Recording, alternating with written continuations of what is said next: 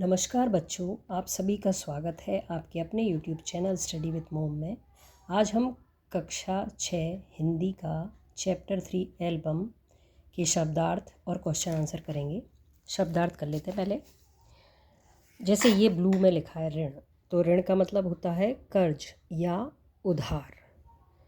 फिर ये लिखा है अदा करें, अदा कर मतलब चुका दें, मतलब किसी को अदा कर माने जैसे आपने किसी से कुछ लिया है तो उसे वापस भी तो करना पड़ेगा, तो उसे बोलते हैं चुका दें, मतलब वापस कर दें। काट कर मतलब पेट काट कर, पेट काट कर एक मुहावरा है, इसका मतलब होता है भूखे रहकर। फिर है हृदय पर बर्छियाँ चल गईं, ये भी एक मुहावरा है, इसका मतलब होता है कि अत्यंत पीड़ा होना, मतलब बहुत कष्ट होना। अगला है सिर पीट लिया, ये भी एक मुहावरा है, इसका मतलब है अफसोस व्यक्त करना या किसी भी चीज़ पे दुखी होना। अगला है व्यवस्था मतलब मजबूरी। भले मानस, भले मानस मतलब अच्छा इंसान, भला आदमी। आँखें ना उठा पाते मतलब संकोच होना, हेजिटेट होना। मासिक, महीने में एक बार छपने वाली पत्रिका, मासिक पत्रिका जो महीने में एक बार छपती है। अब इसमें देख लेते हैं शौकीन मतलब जिसे शौक़ रखने वाला, इंटरेस्ट रखने वाला। जिसे अगला है विज्ञापन मतलब इश्तिहार, एडवर्टाइजमेंट। कोयले की खान में हीरा, ये भी एक मुहावरा है।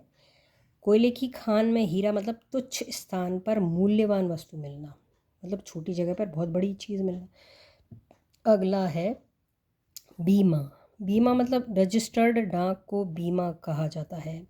बीमा मतलब इंश्योरेंस, आप सभी बच्चों को अच्छे से पता होगा इंश्योरेंस क्या होता है। आजकल हेल्थ इंश्योरेंस, लाइफ इंश्योरेंस, आप यूट्यूब तो देखते ही हो ना, आप सभी को पता है बीमा यानी इंश्योरेंस क्या होता है। दिल कांप रहा था मतलब घबराहट होना। अगला है खुशी किरकिरी कर दी मतलब बाधा डाल दी, मतलब इंटरफेयर कर दिया। अगला है अनुभव मतलब महसूस करना, अनुभव करना, एक्सपीरियंस करना। अब है ठंडी सांस मतलब दुख से सांस लेना। अब चैप्टर के क्वेश्चन आंसर पर आते हैं। मौखिक, जैसा कि हमें पहले भी हम डिस्कस कर चुके हैं कि इंग्लिश मीडियम वाले बच्चों को हिंदी में दिक्कत आती है, जैसे हिंदी मीडियम वाले बच्चों को इंग्लिश में दिक्कत आती है। तो हम कोशिश करेंगे कि चैप्टर के जो क्वेश्चन आंसर है कम शब्दों में अपनी मेन बात कह दें, जिससे हमें लिखना कम पड़े और हमारा आंसर भी हो जाए।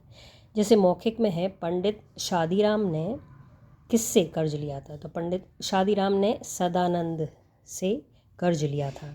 लाला सदानंद ने पत्रिकाएं देखकर उन्हें क्या सुझाव दिया कि इसमें छपे सुंदर चित्रों को काट कर एक एल्बम बना दी जाए और उसे किसी शौकीन को बेच दिया जाए।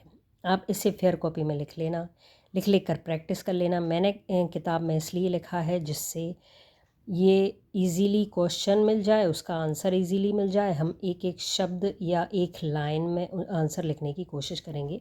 आप इसके क्वेश्चन वर्ड हटा कर इस शब्द को लिखना। आपको सिर्फ आंसर में सदानंद नहीं लिखना है, आपको लिखना है पंडित शादीराम ने, फिर यहाँ लिखना है सदानंद से कर्ज लिया था, फिर यहाँ लिखना है लाला सदानंद ने पत्रिकाएं देखकर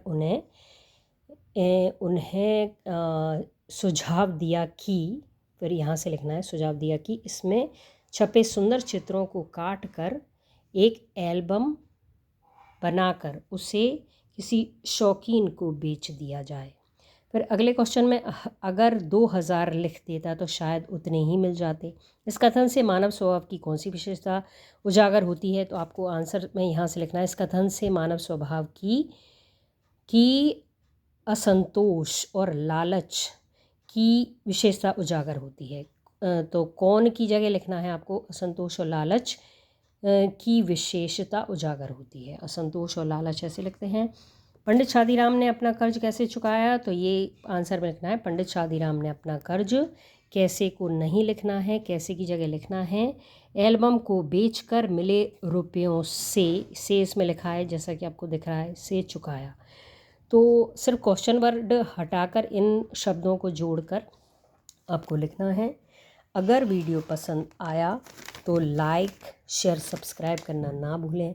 आपका हर लाइक, आपका हर सब्सक्राइब, आपका हर शेयर मुझे मोटिवेशन देगा। मेरा चैनल नया है, मुझे आपके मोटिवेशन की बहुत ज़रूरत है। मैं और भी सरल से सरल करने की पूरी कोशिश करूँगी। Thank you for watching.